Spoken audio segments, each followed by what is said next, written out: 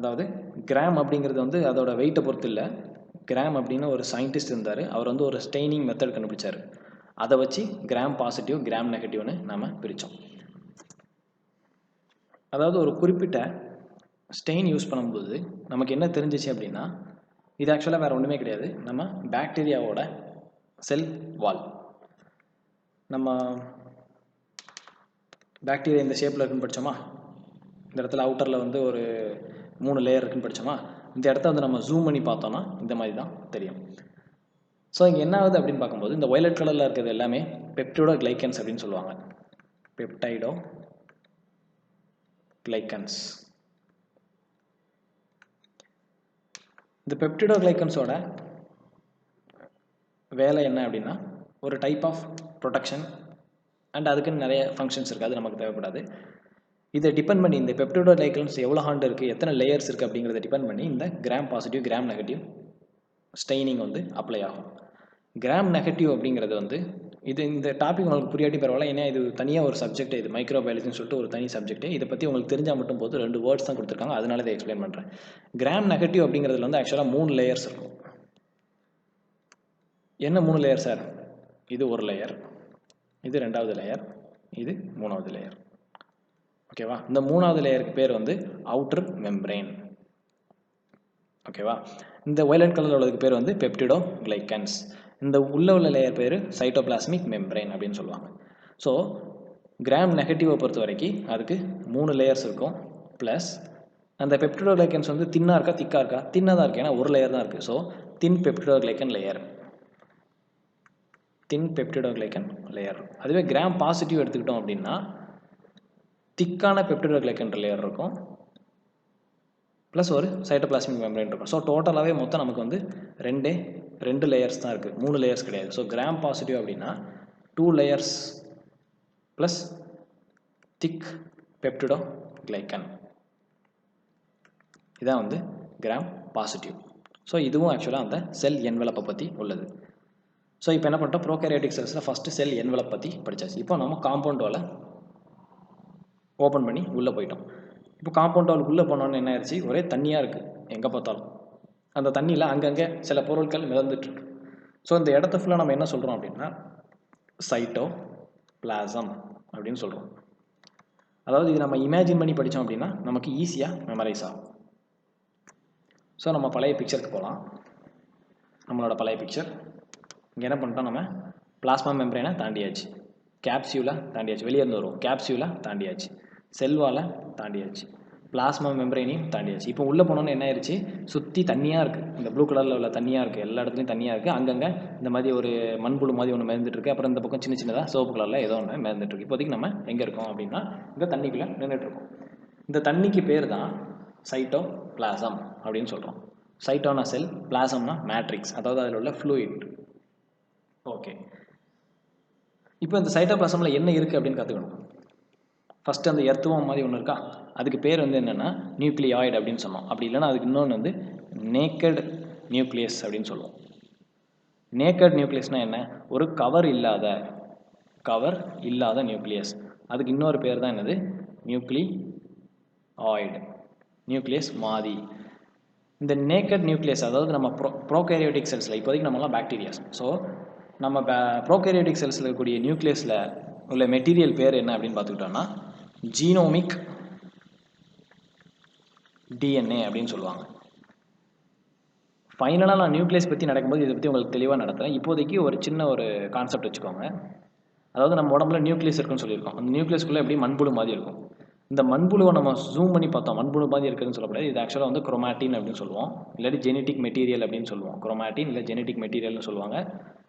இந்த குரோமாட்டினை வந்து நம்ம ஜூம் பண்ணி பார்த்தோம் அப்படின்னா இதுக்குள்ளே வந்து டிஎன்ஏ அப்படின்னு ஒரு ஸ்ட்ரக்சர் இருக்கும். ஸோ இந்த டிஎன்ஏலாம் ஒன்று சேர்ந்தால் அது குரோமாட்டின்ஸ். இந்த குரோமாட்டினை வந்து சுற்றி ஒரு கவர் வச்சு பூட்டி வச்சேன் அப்படின்னா அது பேர் வந்து நியூக்ளியஸ். ஓகேவா?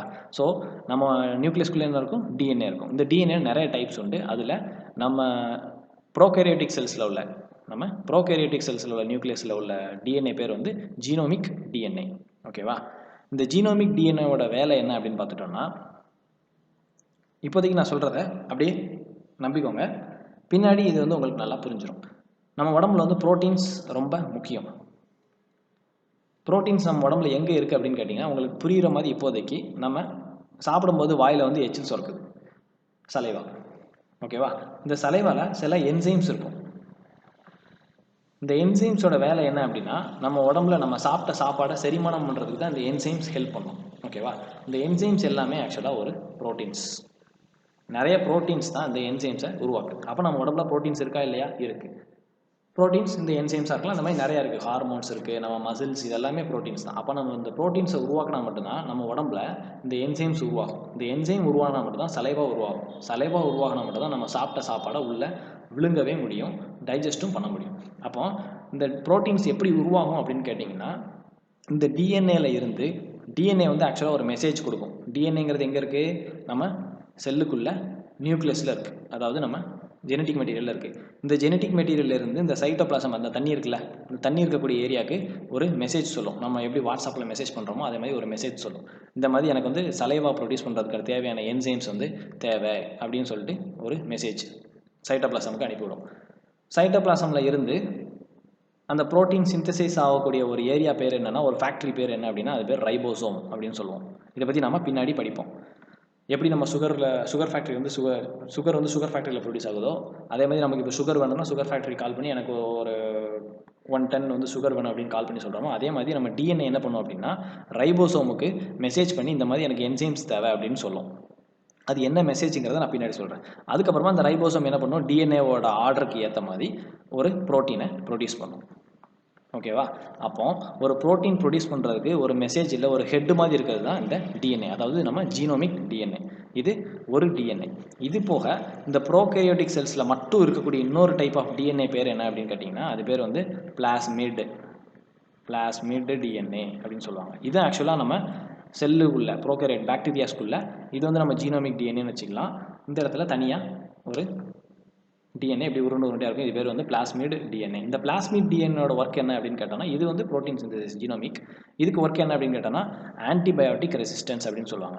ஐயோ இது என்ன சார் புதுசாக இருக்க ஒரு வேர்டு அப்படின்னு கேட்டிங்கன்னா, ஆன்டிபயோட்டிக் ரெசிஸ்டன்ஸ் அப்படின்னா, ஆன்டிபயோட்டிக் அப்படிங்கிறது ஒரு ட்ரக் அப்படின்னா ஒரு மாத்திரை, நம்ம சாப்பிட்ற மாத்திரை. அதாவது இந்த பாக்டீரியா நம்ம உடம்புக்குள்ளே போயிட்டு சில நோய்களை காஸ் பண்ணும். அந்த பாக்டீரியாவை அழிக்கிறதுக்கு நம்ம ஒரு மாத்திரை கொடுப்போம், அது பேர் ஆன்டிபயோட்டிக். ஆனால் அந்த பாக்டீரியா எவ்வளோ புத்திசாலி தெரியுமா? நாம் கொடுக்கக்கூடிய மாத்திரைக்கு எதிர்ப்பாக சண்டை போட்டு ஒரு போர் புரியும். அப்படி போர் புரியறதுக்கு ஹெல்ப் பண்ணுறது தான் இந்த plasmid DNA. So antibiotic resistance, நம்ம கொடுக்கக்கூடிய அந்த ஆன்டிபயோட்டிக்ங்கிற மாத்திரைக்கு ரெசிஸ்டண்ட்டாக இருக்கக்கூடியது, எதிர்த்து நிற்கிறது, அந்த ஃபங்க்ஷனை பண்ணுறது தான் இந்த பிளாஸ்மிட் டிஎன்ஏவோட வேலை. இது வந்து பாக்டீரியாவில் இந்த மாதிரி அங்கங்கே சின்ன சின்னதாக உருண்டையாக இருக்கும். ஓகேவா? ஸோ நம்ம இந்த டிஎன்ஏக்கான பிக்சர் ஒன்று பார்க்கலாம். இதுதான் அந்த பிக்சர். ஸோ இதில் பாருங்கள், இது வந்து ஒரு பாக்டீரியா ஓவல் ஷேப்பில் இருக்குது.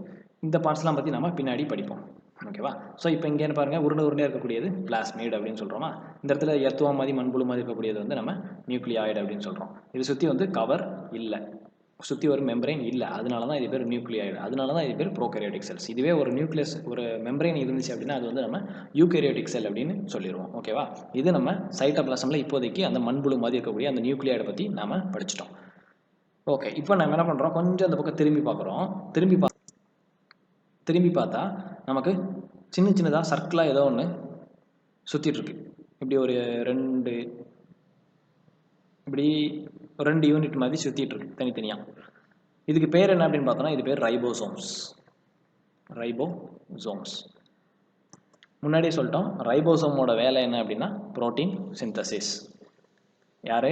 டிஎன்ஏட்டேருந்து ஒரு கமாண்ட் இல்லை ஒரு மெசேஜ் வரும், அந்த மெசேஜுக்கு ஏற்ற மாதிரி இது புரோட்டீன் சிந்தசைஸ் பண்ணும். ஓகே சார், ப்ரோகேரியோட்டில் உள்ள ரைபோசோமோட ஸ்ட்ரக்சர் என்ன அப்படின்னு கேட்டுட்டோம்னா, ப்ரோகேரியோட்டிக் செல்ஸில் இருக்கக்கூடிய ரைபோசோமுக்கு பேர் 70S அப்படின்னு சொல்லுவாங்க. இதுக்கான மீனிங் நான் பின்னாடி சொல்கிறேன். இந்த 70Sல 2 சப் யூனிட் இருக்குது. இதிலே நான் முன்னாடி சொன்னேன், இது ஒரு யூனிட், இது இன்னொரு யூனிட். ஸோ 2 சப் யூனிட் இருக்குது. ஒன்று வந்து 50Sன்னு சொல்லுவோம், இன்னொன்று வந்து நம்ம 30Sன்னு சொல்லுவோம். 50 + 30 70 இல்லை 80 அப்படின்னு யாரும் சொல்லக்கூடாது. அதனால அப்படி வைக்கல, வேற ஒரு ரீசன் இருக்குது. ஓகேவா? ஏன்னா நான் படிக்கும்போது இப்படி தான் யோசித்தேன், என்னடா அது 50 + 30 80 தானே, 17 எழுதி வச்சிருக்காங்க, தப்பாக எழுதி வச்சிருக்காங்க போல அப்படின்னு நினச்சேன். ஸோ அந்த மாதிரி யாரும் நினச்சிடாதீங்க. ஸோ இப்போ 50 + 30 அப்படிங்கிறது 2 சப் யூனிட்.